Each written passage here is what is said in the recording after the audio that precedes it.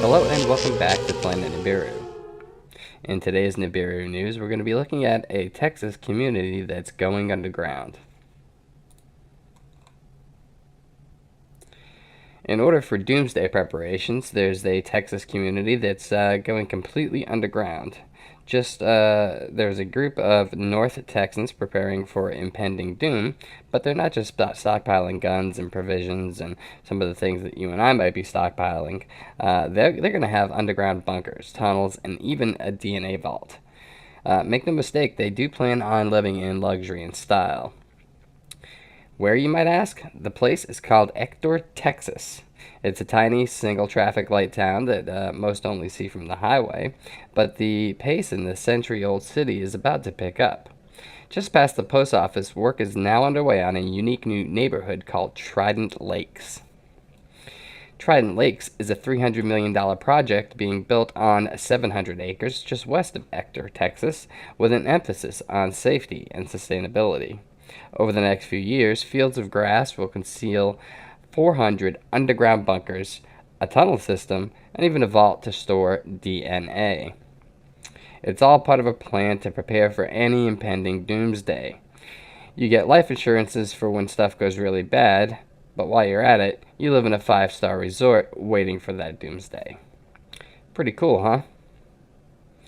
Developers are sparing no expense. The plan includes 3 white sand lagoons, a gun range, a golf course, a polo field, and of course there will be massive solid white marble fountains at the entrance, and they will rival any that you can find in Las Vegas, like the ones at the front of the Bellagio or some of the other hotels there if you've ever been to Vegas. It'll be one of the largest water features in the world when it's done, said one of the developers. Reactions to the development have been mixed, though. People think that probably it's another one of those doomsday cults that are stocking cans and burying their money out back. And basically, the developers say that they are far, far, far from that. It is also far away from any major metropolitan areas. One of the reasons that the developers picked this particular piece of property. It's out of what security experts will say is the threat zone. As we all know, major cities will not be the place to be when the fan turns brown. Developers say that they'll have enough food, water, and electricity to live off the grid for a year. Seems like a little bit of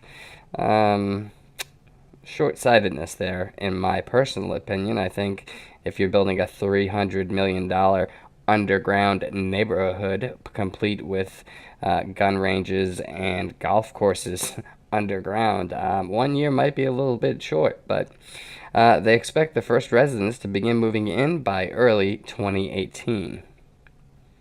Tell us what you think about this. Get down in the comments and let us know if you believe that, again, along with the Svalgard's seed vault and so many of the other things that we've reported on here, does this point to the fact that Nibiru is definitely in the neighborhood and about to cause some serious damage?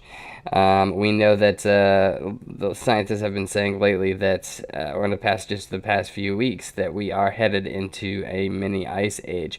That, combined with all of the other things that we continuously point out on this channel, lead us to believe that there is definitely something major going on. If it was just a World War III type of scenario, how would people know that it was coming? We know that there is something big coming. The governments of the world are preparing. The governments of Germany, Finland, Czech Republic have all told their citizens to prepare, to have provisions on hand for an undetermined amount of time. Now, Germany said 10 days. The Finland and Czech Republic, they went ahead and said for an undetermined amount of time. So they are telling their citizens to be prepared for catastrophic events that may happen. Personally, I think that any other governments that are not telling their citizens to prepare are being disingenuous, and they are not being truthful and honest and forthcoming with their citizens. We all know something is coming down. We all have seen the massive increase in the building of these deep underground military bunkers or military bases. We've seen the increase in we've seen an increase in the building of personal underground bunkers for the elites, as well as even those in the prepper community who can afford it. With all of these things happening, you only have to connect the dots for so long, and before it becomes absolutely obvious that something big is going on. And most likely, what that something big is, obviously, here on this channel and the research that we've done points to something off planet, something that is affecting the natural weather and the natural cycles that occur on this planet. And we believe that it is planet Nibiru, or the system that Nibiru is part of. And as one other thing, I will point out that has become evident to me. I've been watching it for the past probably about 4 or 5 months. I've really been noticing this, and I wanted to get into the fall to winter time because I definitely remember looking at this in the past. And there's a part of my yard that we have a kind of a courtyard, and that area, it's just kind of a walled off little space in the backyard. I mean, it's not like a huge thing or anything like that, but I remember when we were building it, we would get sunlight there for like pretty much all afternoon. Up until late afternoon, we would be in direct sunlight there. Nowadays, we get direct sunlight there for 1 hour in the morning, and I've been watching it for about 4 or 5 months in pretty much shock and amazement. And this is really, I've been looking at a lot of the documentation out there as far as folks saying, especially the Hopi elders, the Hopi Indians and the Inuits in Alaska both have said that the Earth has tilted, that we are not at the same angle to the sun that we used to be.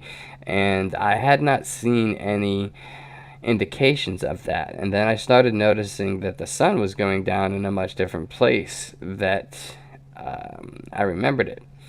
And then I started noticing that in my backyard, it's hard, when you're to watch full time, but I started coming home, and at different times I would go out there to check, and especially like Saturdays and Sundays I would be out there, and at different times I go out to check. But we no longer get sun in that area that used to be in direct sunlight from probably 9:30 in the morning to 5 in the afternoon, maybe. Maybe 3:30 in the afternoon it would start, because the sun would be going behind some of the trees, but so we'd start getting a shadow cast there. But now it only gets 1 hour of sunlight, of direct sunlight at all, and it's about from 9:30 in the morning to maybe 10, or excuse me, maybe 9:45, 9:30, 9:45 to about 10:30 or so. So maybe it's not even a full hour. Maybe it's about an hour or 45 minutes. But the point is that this area that used to get direct sunlight no longer gets it. So that's just one more little thing that we can add, one more dot that we can connect, one more dot that I have connected. When I look at everything that's going on in the world, and all of the other changes that have happened, all of the other things that the elites are doing, building seed vaults and underground cities and underground bunkers and things like that, it just points to something massive, planetary wide. This is not something that is going to just happen in one area. There are people all over the planet preparing for this. So it is something that will affect, or have the ability to affect, the whole planet. what is something that could affect the whole planet? Well, obviously it has to be something off planet, something that's going to come by, something that's going to cause massive earthquakes throughout the planet. Maybe not necessarily something that's going to hit the planet, but just its mere presence near us will kick off enough destruction that people will not want to be above ground and dealing with it, because everybody who's going to be up here is going to be in a very, very, very bad way. Anyway, that is the thought for today. Let me know what you think about this $300 million doomsday bunker neighborhood with 400 units that's going to even include a golf course. Just seems like a massive waste of money and a massive waste of resources. Building that golf course. How many more people could you save if you didn't build a golf course? Maybe if you put in, I don't know, an apartment complex or something, or two. Golf courses are pretty big, and I think that to me, it would be more important to save lives rather than having people down there playing golf. But hey, that's just my personal opinion. Let me know what you guys think, and down in the comment section below. And hope you are all having an awesome, awesome weekend. And we hope to be back and talk to you soon. Bye bye.